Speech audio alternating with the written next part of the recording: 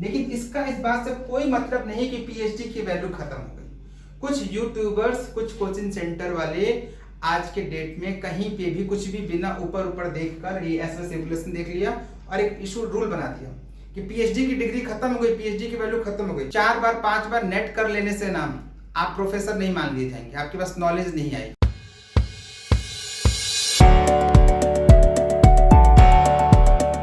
Hello student, मेरा नाम राहुल कुमार है और मैंने यूजीसी नेट एग्जाम को 3 बार क्लियर किया हुआ है कोड 55 में, जिसको हम ह्यूमन रिसोर्स मैनेजमेंट से भी जानते हैं और कभी कभी कुछ स्टूडेंट उसको लेबर लॉ भी कहते हैं। आज बहुत इंपॉर्टेंट टॉपिक पे मैं आज बात करने आया हूँ आप लोगों के साथ। मुझे लगता है कि बहुत ज़्यादा एक इम्पॉर्टेंट टॉपिक है जिसमें सभी स्टूडेंट के साथ क्लियरिटी होना बहुत ज़रूरी है, क्योंकि मैंने देखा है कि दिल्ली के अंदर कुछ कोचिंग सेंटर वाले ऐसे ही कुछ भी नोटिफिकेशन कहीं से भी उठाकर कोई भी डिस्कशन करना शुरू कर देते हैं, क्योंकि ये नेट के स्टूडेंट के करियर के साथ होने वाली बातें हैं। इसलिए ये मैं आपके साथ डिस्कस करने वाला हूँ। आपके अंदर जो एक क्लियरिटी होना चाहिए, जो मिसगाइड आप हो चुके हो, उसको आप समझो, पहले बहुत ध्यान से समझो। ये जो टॉपिक है वो ये इस बात से रिगार्डिंग टॉपिक है कि क्या सच में नेट की वैल्यू खत्म हो गई है, क्या सच में पीएचडी की वैल्यू खत्म हो गई है, या क्या सच में नेट की वैल्यू है और पीएचडी की वैल्यू खत्म हो गई है, या सच में पीएचडी की वैल्यू है और नेट की वैल्यू खत्म हो गई है। इन्हीं सब बातों को ध्यान में रखते हुए मैंने एक छोटा सा वीडियो आप लोगों के लिए लाया हुआ ताकि आपको समझ में आ सके कि पीएचडी और नेट में क्या नया अमेंडमेंट आया और क्यों आया। इसको जानने से पहले थोड़ा सा हम 5 मिनट हिस्ट्री में चलते हैं, 5 मिनट बात करते हैं, उसके बाद हम आपके टॉपिक पे आते हैं कि क्यों और कैसे। जैसा कि आप लोग जानते हैं कि अभी कुछ दिन पहले यूजीसी के चेयरमैन सर जगदीश सर का एक बहुत बड़ा एक ट्वीट आया था। उसमें उन्होंने एक नोटिफिकेशन इशू किया था और बताया था कि नेट की वैल्यू और पीएचडी की वैल्यू के बारे में कि क्या ये वैलिड है या वैलिड नहीं है। उसी के रिगार्डिंग हम कुछ बात करते हैं। सबसे पहले समझने की कोशिश करते हैं कि यूजीसी का एक रेगुलेशन है जो कि असिस्टेंट प्रोफेसर की रिक्वायरमेंट के लिए कुछ मिनिमम एलिजिबिलिटी क्राइटेरिया इसके बारे में बात करता है। जैसा हम सबको पता है कि पहले क्या होता था कि अगर आपके पास पोस्ट ग्रेजुएशन की डिग्री है, मतलब पीजी लेवल की डिग्री है, लाइक आपने एमबीए कर रखा है, एमए कर रखा है, एमकॉम कर रखा है, तो आप डायरेक्ट क्या हो सकते हो, हायर हो सकते थे। लेकिन अब क्या है, इसको हम समझते हैं, इस मैटर को समझने की कोशिश करते हैं। सबसे पहले एक बात समझिएगा, 2018 में 2018 में क्लॉज 3.10 में एक चेंजेस लाया गया, ध्यान से समझना इस बात को। और पहला अमेंडमेंट लाया गया, फर्स्ट अमेंडमेंट पीएचडी में, फर्स्ट अमेंडमेंट की पीएचडी मैंडेटरी है, जिसको लॉन्च किया गया 1 जुलाई 2021 को। आप ध्यान से समझना, 1 जुलाई 2021 को एक अमेंडमेंट लाया गया जिसमें कहा गया कि पीएचडी मैंडेटरी है असिस्टेंट प्रोफेसर बनने के लिए। और कब तक मैंडेटरी रहेगी, 1 जुलाई 2023 तक।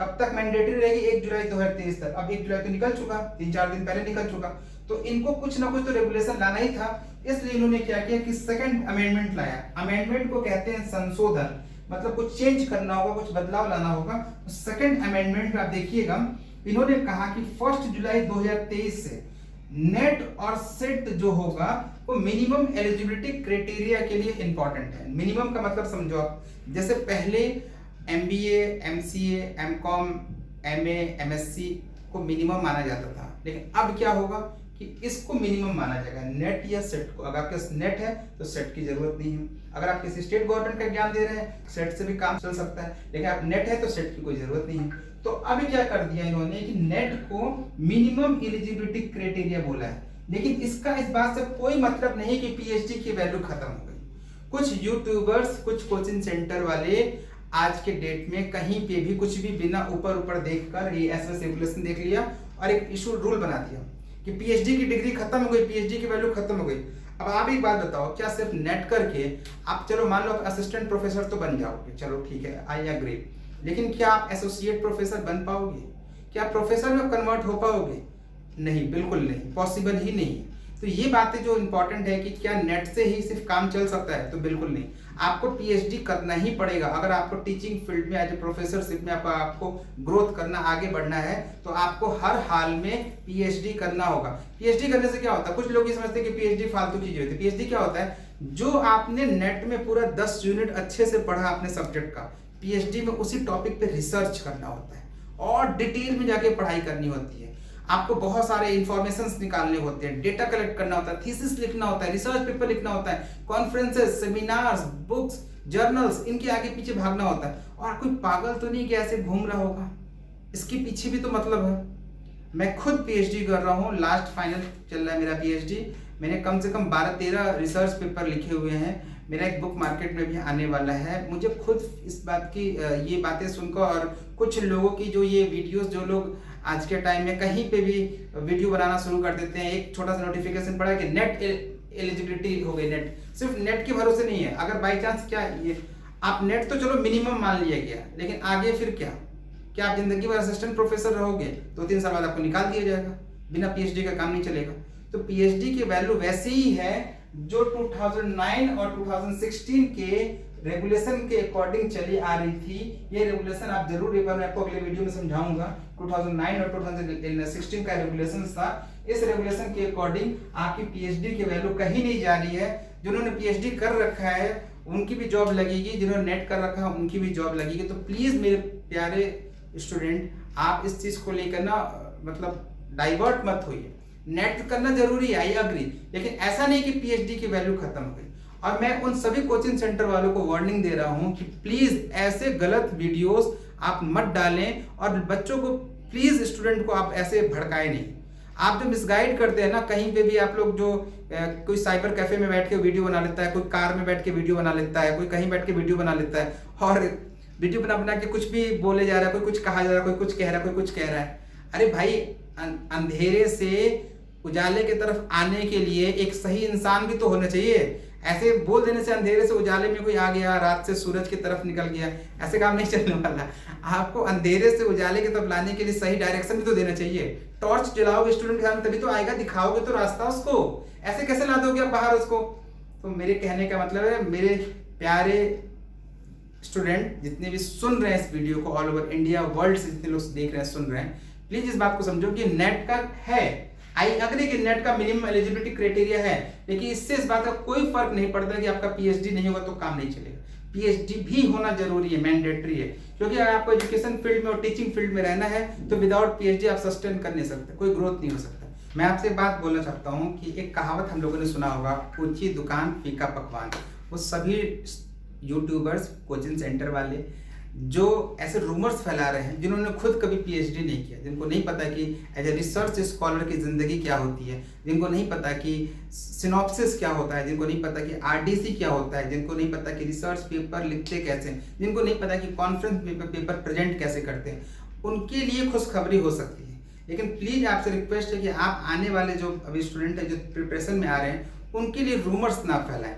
आप लोगों के कारण ही आप कुछ, अब देखो मैं क्लियर, मैं आपसे डायरेक्ट बात कर रहा हूँ, आप लोगों से डायरेक्ट कह रहा हूँ कि अभी तक मैं यूट्यूब पे कभी आया नहीं था, इस तरीके के वीडियोस में बनाता नहीं था, लेकिन मैं अब आ चुका हूँ। तो मैं एक्सपोज करूंगा, हर एक इंसान को एक्सपोज करूंगा जो गलत तरीके से स्टूडेंट को रूमर्स फैला के कहीं ना कहीं फुसलाने की कोशिश कर। अभी तक तो मैं यूट्यूब पे नहीं आया था, अब आ चुका हूँ, तो मैं वो सारी बातों को डिस्कस करूंगा आपके साथ जो मेरे स्टूडेंट के साथ गलत तरीके से हो रहा है। पहली बात कि 4 बार 5 बार नेट कर लेने से ना आप प्रोफेसर नहीं मान लिए जाएंगे, आपके पास नॉलेज नहीं आएगी।